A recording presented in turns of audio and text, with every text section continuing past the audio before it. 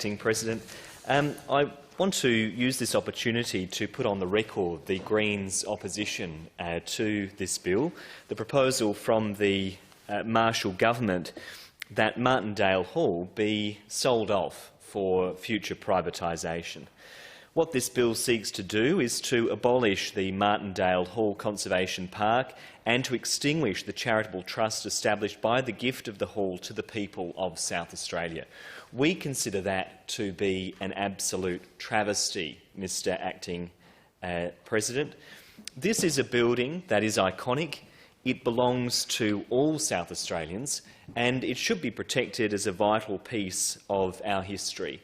And we know, of course, Mr Acting President, what happens when the Liberals sell off our beautiful, iconic buildings. We know what happens to those buildings. They sit there idle and they fall into disrepair. Such is the casualty of the Liberals' fire sale of our beautiful and iconic buildings. And I recognise that the Labor Party also undertook some of that privatisation work during their time in office. But looking around the city of Adelaide, sadly, we see the consequences of this privatisation. Edmund Wright House, which has been vacant since 2015. The Adelaide GPO, which has been vacant now for 2 years. Devar House, a long-term vacancy, Mr Deputy President, that is now in disrepair.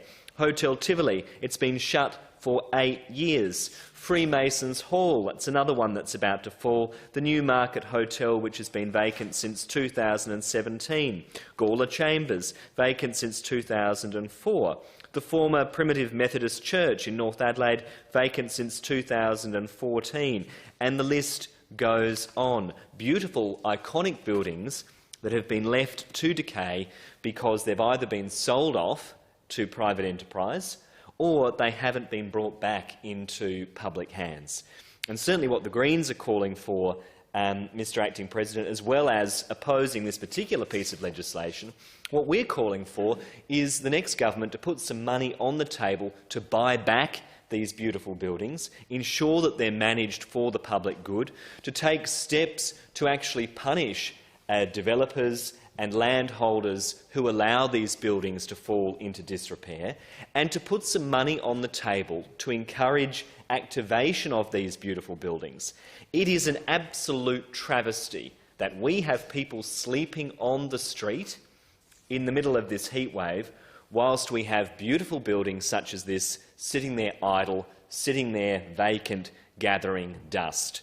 The Greens will not allow that to happen to our iconic Martindale Hall, and that's why I wanted to take this opportunity to put our opposition to this legislation on the public record, and I hope that this legislation does not find its way back onto the notice paper in the new parliament. I wish Mr Hunter to take the